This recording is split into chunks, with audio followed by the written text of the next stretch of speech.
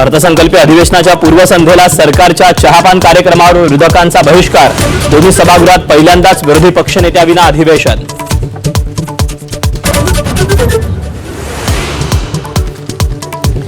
अर्थसंकल्पीय अधिवेशनात सरकारला घेरण्याची विरोधकांची रणनीती। लाडकी बहीण मुंडवा जमीन घोटाळ्यासह मंत्रालयातील लाचखोरीचं प्रकरण गाजणार, तर अजितदादांच्या अपघातासंदर्भात विचारणार सरकारला सवाल।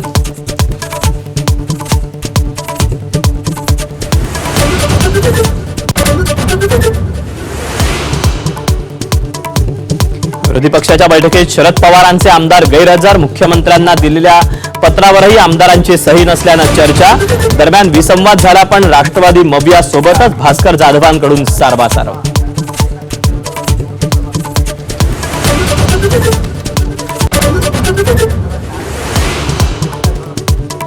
राज्यसभेसाठी काँग्रेस आणि ठाकरे गटाची चर्चा। शरद पवारांच्या राष्ट्रवादीला बाजूला ठेवून ठाकरेंची काँग्रेस हायकमांडशी चर्चा। तर राज्यसभेची जागा काँग्रेसला द्या, प्रदेशाध्यक्ष हर्षवर्धन सकपाळांची मागणी।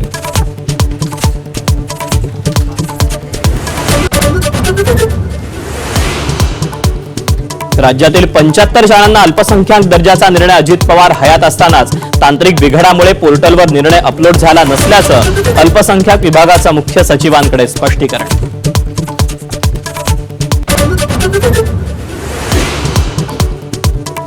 महापुरुषांच्या पुतळ्यावरून बुलढाणा, हिंगोलीसह सोलापुरात वादंग।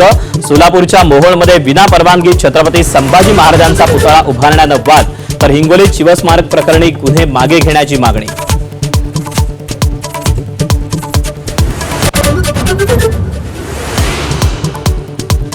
शरद पवार अशक्तपणा जाणवत असल्यानं रुबी हॉल क्लिनिक रुग्णालयात। पवारांचे सर्व रिपोर्ट नॉर्मल, डॉक्टरांची माहिती।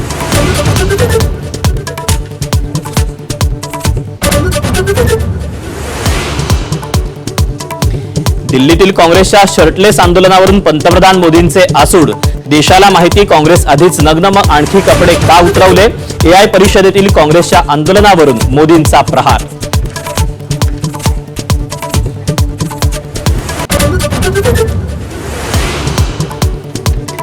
T20 विश्वचषकाच्या सुपर 8 फेरीत आज भारताचा सामना दक्षिण आफ्रिकेशी। दक्षिण आफ्रिकेनं नाणेफेक जिंकून घेतला फलंदाजीचा निर्णय। भारतीय संघात कोणताही बदल नाही।